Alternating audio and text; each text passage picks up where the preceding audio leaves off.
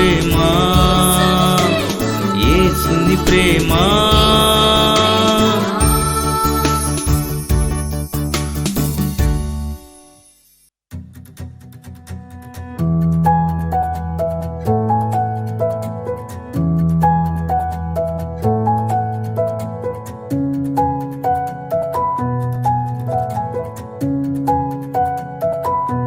స్తుతి నైవేద్యం. Praise the Lord. ప్రభునందు ప్రేమైన వాళ్ళారా, అందరూ బాగున్నారు కదా. ఈరోజు మనం ధ్యానం చేసే కీర్తన బైబిల్లోనే చాలా చిన్ని కీర్తన ఇది, అలాగే చిన్న అధ్యాయం అన్నమాట. అయితే చాలామంది కీర్తనల అధ్యాయాలు అని అనకూడదు అని అంటారు. మొత్తానికి 2 వచనాలు కలిగిన ఈ 117వ కీర్తన మనం ధ్యానం చేద్దాం. యెహోవా కృప మన ఎడల హెచ్చుగా ఉన్నది, ఆయన విశ్వాస్యత నిరంతరము నిలుచును. కాబట్టి సమస్త అన్యజనులారా యెహోవాను స్తుతించుడి, సర్వజనములారా ఆయనను కొనియాడుడి, యెహోవాను స్తుతించుడి. ప్రార్థన చేసుకుందాం. మహాపరిశుద్ధుడు అయిన మా తండ్రి, మీకే వందనాలు ప్రభా. మీకే మహిమ గంతను ఆరోపిస్తున్నాం. నీ కృప మా మీద ఉంచి ఈ వాక్యాన్ని వివరించడానికి తగిన జ్ఞానాన్ని నీ దాసునికి దయచేయండి. ఈ వాక్యం ద్వారా కూడా మేము అనేక విషయాలు తెలుసుకోవడానికి సహాయం చేయమని యేసు నామమున ప్రార్థన చేయుచున్నాం తండ్రి, ఆమేన్. మరి ఈ కీర్తన ఎవరు రాశారో ఇక్కడ చెప్పబడలేదు, కానీ ఈ కీర్తనకారుడు అంటున్నాడు, యెహోవా కృప మన ఎడల హెచ్చుగా ఉన్నది. ఈ మాట ఎంతో సత్యం. దేవుని కృప మన మీద హెచ్చుగా ఉన్నది, అమితంగా ఉంది. చెప్పాలంటే ఆయన కృప లేకపోతే ఏదీ జరగదు.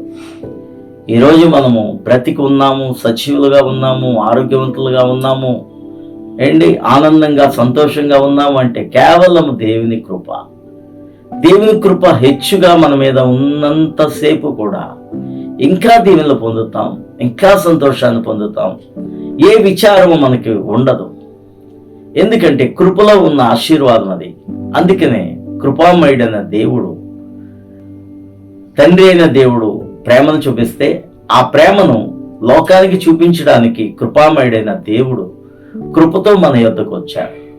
కాబట్టి ప్రియమైన వారులారా, రక్షణ పొందాము, నమ్మి బాప్తిసం పొందామంటే కేవలం దేవుని కృప వల్లనే. హల్లెలూయా. కాబట్టి ఆయన కృప మన మీద హెచ్చుగా ఉన్నది అంటున్నాడు. ఆయన విశ్వాస్యత నిరంతరము నిలుచును. ఆయన యొక్క విశ్వాస్యత విశ్వాస్యత అనే మాటలో విశ్వాసం ఉంటుంది, నమ్మిక ఉంటుంది. దేవుణ్ణి మనం నమ్మక ముందే మనల్ని దేవుడు నమ్మే మనకు రక్షణ ఇచ్చాడు. మనకు సువార్తను పంపించాడు, పరిశుద్ధాత్మ దేవుని కార్యాన్ని మనలో జరిగించాడు. ఈ రోజున మనం విశ్వాసంగా పిలువబడుతున్నామంటే దేవుడు మన మీద ఉంచిన విశ్వాస్యత. హల్లెలూయా. కాబట్టి ప్రియమైన వారులారా, ఆయన విశ్వాస్యత నిరంతరము నిలిచేది. కాబట్టి సమస్త అన్యజనులారా యెహోవాను స్తుతించుడి, సర్వజనములారా ఆయనను కొనియాడుడి అంటున్నాడు. అన్యజనులారా అంటున్నాడు, సర్వజనములారా అంటున్నాడు. అంటే మనం అనుకుంటాం క్రొత్త నిబంధనలోనేనా దేవుని సువార్త ప్రారంభమైంది అనుకుంటే, ఆనాటి భక్తులు కూడా అన్యజనులతో మాట్లాడారు, అన్యజనులకు దేవుని యొక్క మహిమను గూర్చి చెప్పారు, దేవుడు చేసే అద్భుత కార్యాలు వారు కూడా వివరించారు. దావీదు భక్తుడికి చాలా మంది అన్యరాజులతో స్నేహం ఉంది,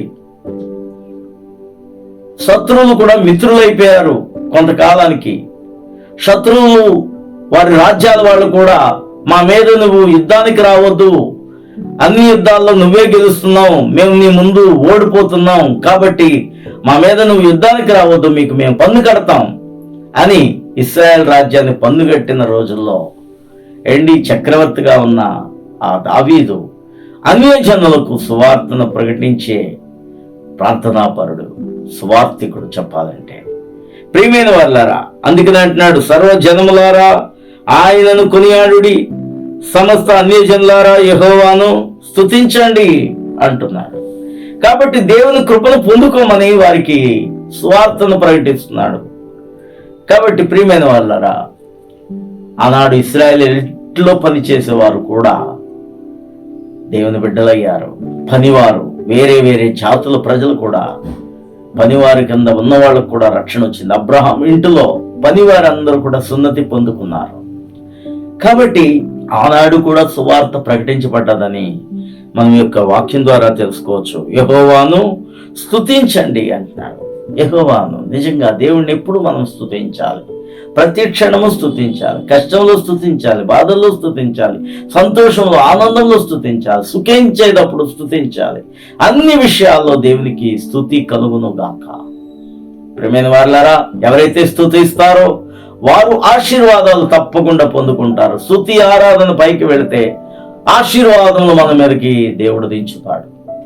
స్తుతించండి, మహిమపరచండి. స్తుతి గీతములు మీ నోట పాడండి. స్తుతి గీతములు ఉదయాన్నే పాటలు పెట్టుకొని చక్కగా వినండి. ఈ రోజున యూట్యూబ్లో చక్కని పాటలు, పాత పాటలు, క్రొత్త పాటలు, అన్ని పాటలు ఉంటున్నాయి.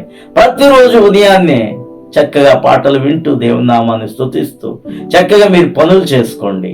మీ ఇంటిలో దేవుని వెలుగు కనబడుతుంది. ఏ చీకటి మీ ఇంటిని తాకలేదు. దేవుణ్ణి స్తుతించే ఇల్లుని దేవుడు దీవిస్తాడు. దేవుని నామాన్ని ప్రకటించేవారిని దేవుడు ఆశీర్వదిస్తాడు. దేవునికి కృతజ్ఞతలు చెల్లించేవారిని దేవుడు అత్యధికంగా దీవిస్తాడు.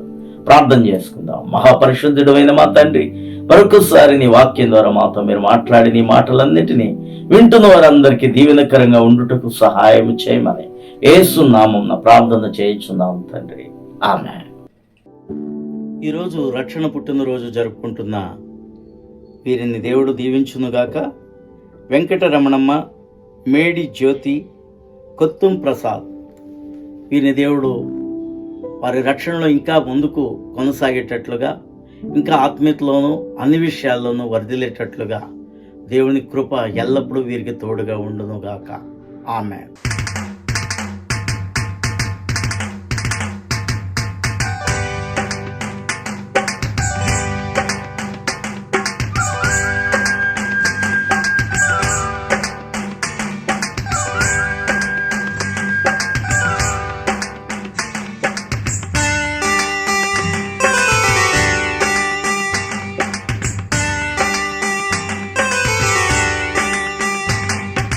హైలేసో హల్లెలూయా హైలేసో, నా నావ ఎక్కాడు నా యేసుడు.